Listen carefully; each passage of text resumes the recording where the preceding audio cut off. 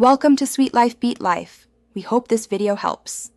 You start by picking a precise origin, usually the camera, player eye, or weapon muzzle, because the result depends on where the ray begins.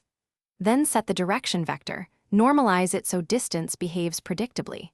Choose a sensible max distance, for example 100 units, and configure collision layers to hit only what matters. Once done, initialize the cast call on the next frame.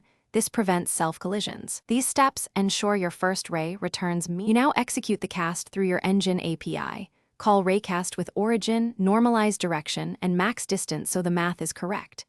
Read the hit result for point, normal, collider reference, and distance. That data tells you where and how to respond. If you need multiple contacts, run raycast all and sort by distance. Once the call returns, check layer masks and tags to filter hits.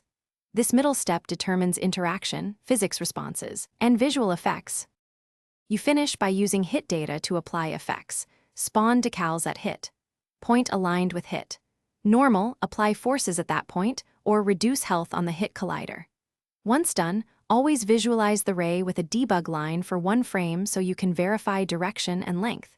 If you receive no hits, check origin offsets to avoid self-hit, ensure the direction is normalized, and confirm layer masks aren't excluding targets. This single troubleshooting tip fixes most issues quickly. Thanks for watching. Consider subscribing if we helped you.